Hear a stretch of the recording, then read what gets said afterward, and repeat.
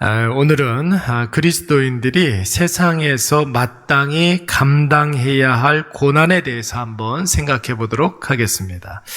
오늘 본문의 말씀은 먼저 등장인물들을 우리가 한번 살펴볼 필요가 있습니다. 먼저 세례 요한을 우리가 한번 살펴봐야 되는데, 이 세례 요한은 우리가 너무나 잘 아시는 대로 예수님 모시기 전에 메시아의 길, 주의 길을 평탄케 하고 예비했던 사람이었습니다. 예수 그리스도께서 공생의 활동을 본격적으로 시작하시기 전에 세상에 대해서 회개하라, 천국이 가까이 왔느니라, 이것을 회개의 복음을, 회개의 세례를 전파했었던 사람이 바로 세례 요한이었습니다. 다음으로 나오는 사람이 바로 헤롯이 나오는데, 지난 시간에도 우리가 잠깐 살펴봤지만 이 헤롯은 헤롯 안디바, 헤롯 안티파스, 이렇게 이야기하는 사람입니다. 이 사람은 헤롯 대왕의 넷째 아들이었죠. 헤롯 대왕은 어떤 사람이냐면 예수님께서 태어날 당시에 인구조사를 했던 사람이 헤롯 대왕이었습니다. 헤롯 1세. 헤롯 2세가 바로 헤롯 안티파스라는 사람이었습니다. 헤롯 대왕의 네 번째 아들이었죠. 예수님이 활동하던 갈릴리와 베레아 지역을 다스리던 분봉왕이 바로 이 헤롯 안티파스, 헤롯 안디바라는 사람이었는데, 유대인들에게는 굉장히 유화적인 사람이었습니다. 유대교를 인정해 주었던 사람이었고, 여러분, 로마 사람들에 대해서는 굉장히 아부가 심했던 사람이었습니다. 그래서 정치적으로 살아남았던 사람이었습니다. 다음으로 나오는 사람이 바로 헤로디아라는 사람이 나옵니다. 여자인데, 이 헤로디아는 원래 헤롯 안티파스의 친동생 아리스토블루스의 딸이었습니다. 그러니까 헤로디아는 원래 헤롯 안디바의 조카였던 거예요. 그런데 이 헤롯 안디바의 이복 동생 헤롯 빌립에게 이 헤로디아가 시집을 가게 됩니다. 그러니까 조카이자 뭡니까? 동생의 아내였으니까 제수씨가 되는 거예요, 여러분. 그런데 어느 날 헤롯 안디바와 이 헤로디아가 눈이 맞아가지고 불륜을 저지르게 됩니다. 헤롯 안디바는 그의 본처와 강제적으로 이혼을 하고, 헤로디아도 그의 남편이었던 헤롯 빌립과 이제 이혼을 선포를 하게 되고, 이 두 사람은 불법적으로 결혼을 하게 되는 것이죠. 여러분, 로마가 다스리던 시대에 이런 근친상간이라든지 불법적인 이혼, 결혼, 이런 것들은 여러분 비일비재했었던 그런 시대였기 때문에 로마의 관점으로 보면 눈살을 찌푸릴 수는 있어도 그렇게 이상한 일은 아니었습니다. 로마 시대 때. 그러나 여러분, 유대인의 관점에서 보면 이것은 분명한 죄였죠. 유대의 율법에도 어긋나는 일이었고, 유대적 관점으로 보면 그야말로 천일 공로할 만한 그런 일이었습니다. 또한 유대 지역을 다스리는 왕가에서 이런 일들이 벌어졌기 때문에 여러분, 유대인들도 모방할 수 있는 그런 위험 요소가 분명했었던 일이었습니다.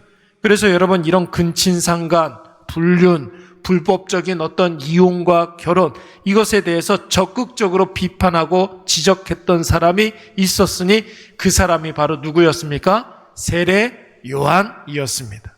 앞서도 말씀을 드렸지만 세례 요한은 어떤 사람이라고 그랬습니까? 주의 길을 예비하며 유대인들에게 회개를 촉구하면서 하나님 앞에서 마땅히 가져야 할 윤리와 도덕과 하나님 앞에서의 그 정직함, 이런 것들을 외쳤던 사람이었습니다. 그런데 오늘 유대인을 다스리는 왕가에서 이런 불법적인 결혼, 문란한 일들이 벌어졌다는 것은 그냥 넘어갈 일이 아니었던 것이에요. 그래서 세례 요한은 제야에 묻혀서 회중들을 모아놓고 설교를 할 때 헤롯 안디바의 일들을 적극적으로 비판했는데, 헤로디아의 일들을 적극적으로 비판했는데, 이에 유대인들이 많은 경각심을 갖고 무엇이 옳고 무엇이 그른 것인가에 대한 바른 판단을 할 수가 있었던 것이었습니다. 그렇다면 여러분, 헤롯 안디바의 입장에서는 이 세례 요한을 어떻게 보았을까요? 헤로디아는 또 이 세례 요한을 어떻게 생각했을까요? 헤롯 안디바나 헤로디아의 입장에서는 세례 요한이 얼마나 눈에 가시였는지 모릅니다.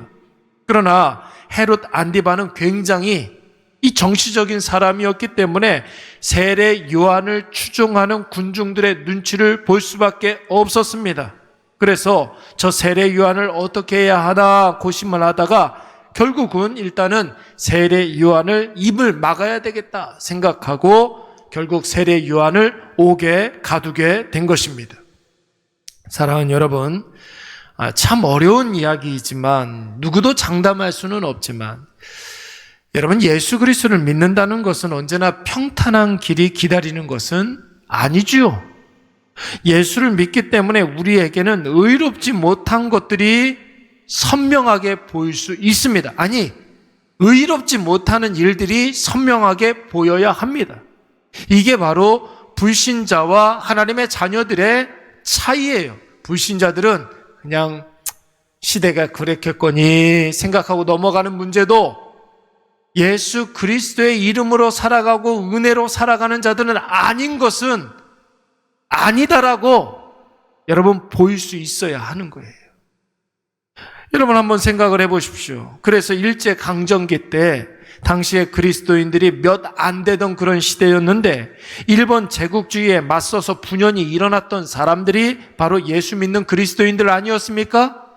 그때 당시에 많은 사람들이 시대가 그런가 보다 그렇게 생각하고 있었는데 여러분 그때 분연히 일어났던 사람들이 바로 그리스도인들이었습니다.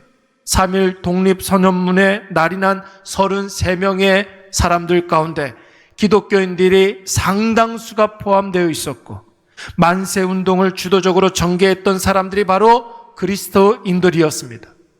독립운동가들 중에서도 예수 믿는 그리스도인들이 상당수였고 적극적으로 독립운동에 나서지는 않아도 여러분 저변에서 독립의 정신을 가지고 살았던 사람들이 드러나지 않았던 그리스도인들이었습니다. 여러분 해방 이후에도 한번 보십시오. 이 땅의 교회와 성도들은 국민 계몽 운동에 적극적으로 나섰던 사람들이었습니다. 전쟁 이후에 무너진 경제 상황에서 근면, 자조, 성실 외치면서 정직하게 밑바닥부터 다시 일어났던 사람들이 바로 이 땅의 그리스도인들이었습니다. 민주화의 선봉에 섰던 사람들도 교회였고 IMF 당시에도 시대에 빠졌던 국민들을 위로하고 다시 일어설 수 있도록 격려하고 힘이 되었던 것도 교회이자 그리스도인들이었습니다. 여러분 물론 그때마다 왜 그리스도인들이 돌에 맞는 일들이 없었겠습니까?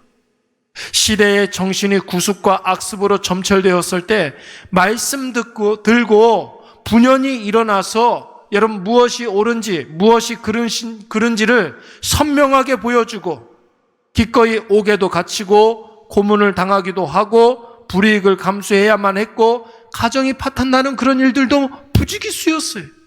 그러나 그때마다 그리스도인들은 의를 위하여 박해를 받는 자는 복이 있나니 천국이 저희의 것임이라 이 말씀 의지하면서 받는 박해의 비중을 두지 아니하고 주인님의 뜻, 의를 위한 일에 가치를 뒀던 것입니다. 어제 10월 27일 많은 그리스도인들이 광화문, 시청, 서울역 광장에 모여서 집회를 가졌어요. 포괄적 차별금지법, 평등법 이런 미명하에 생명의 가치를 저해하는 법, 가정을 깨트리는 법, 창조 질서를 무너뜨리려는 시도에 적극적으로 반대하고 나선 것입니다. 여러분 이 법이 만약에 그대로 시행되어진다면 하나님께서 만드신 이 남녀 질서에 그 완전히 무너지게 되고 창조 질서가 무너지게 되고 다음 세대에 우리는 기괴한 가정의 형태를 물려줘야만 하는 그런 상황이 벌어지고 있습니다. 또한 그런 과정에서 사회의 건강함을 잃게 되는 것이죠. 여러분 이 집회를 집회 측 추산 여러분 100만 명 정도가 모였다고 하죠. 그런데 온라인 상으로도 한 100만 명 정도가 함께 동참을 했습니다. 그런데 한번 보세요. 뉴스와 매스컴에서는 이 집회를 전혀 다루고 있지 않습니다. 다룬다 할지라도 부정적인 측면을 부각하면서 그리스도인들을 무슨 시대에 뒤처진 자들처럼 그렇게 대하고, 혹은 별일 아니듯 보수 정치 세력의 집회쯤으로 치부하고 있습니다. 사랑하는 여러분, 우리가 말씀으로 산다는 것은, 은혜로 산다는 것은 때로는 세상으로부터 오는 핍박과 불이익을 기꺼이 감수해야 한다는 뜻도 있어요. 여러분, 어떻게 핍박받는 그리스도를 따르는, 예수 그리스도를 따르는 예수님의 제자들의 가는 길이 평탄하고 무탈하고 탄탄하고 꽃길만 걸을 수가 있겠습니까? 오늘 세례 요한은 옥에 갇히는 것을 감수하면서까지 헤롯 안디바의 악행을 지적했습니다. 그렇다면 여러분, 오늘 우리는 무엇을 감수하고 있습니까? 예수 그리스도의 제자로 살면서 우리는 어떤 길을 걷고 있습니까? 복음으로 걷는 아골골짝 빈들 황량한 광야길은 여러분 영광의 길인 줄로 믿습니다. 그러나 은혜로 산다고 하면서 꽃길만 걷고 있다면 그것은 여러분 이상한 일인 것이에요. 오늘 이 시간 기도하실 때 혹 우리가 가는 길이 험난한 아골골짝 광야길이라 할지라도 여러분 그 길 기꺼이 걷게 하여 주시옵소서 기도하시고, 오직 십자가의 영광을 누리시는 저와 여러분이 되시기를 간절히 축원합니다. 물론 사람들이 싫어할 줄 알지만 예수 그리스도의 이름을 이야기할 수 있어야 돼요. 여러분, 그 사람의 마음속에 예수 그리스도의 이름이 새겨져서 지금은 싫어할지 몰라도 예수가 필요한 때가 반드시 옵니다.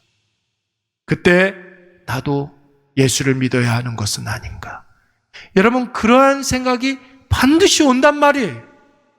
여러분, 그때가 오는데 지금 우리가 예수 그리스도의 이름을 이야기하지 않는다면, 지금 우리가 말씀을 선포하지 않는다면, 지금 우리가 하나님의 공의를 선포하지 않는다면 우리는 직무유기를 하고 있는 것입니다. 그들에게도 예수가 필요한 때가 반드시 옵니다. 그리고 언젠가는 날 좀 데리고 교회 좀 데리고 가달라고, 이런 날이 분명히 올 줄로 믿습니다. 오늘 우리가 받는 박해와 핍박, 안 좋은 소리들을 여러분 감수하시고 예수의 이름을 기꺼이 증거하시기 바랍니다. 말씀대로 살아가시기 바랍니다. 말씀과 세상의 인기를 타협하지 아니하시고 오늘 예수 그리스도의 십자가의 길을 영광스럽게 걸어가시는 저와 여러분이 되시기를 간절히 축원합니다. 우리 이 시간 말씀을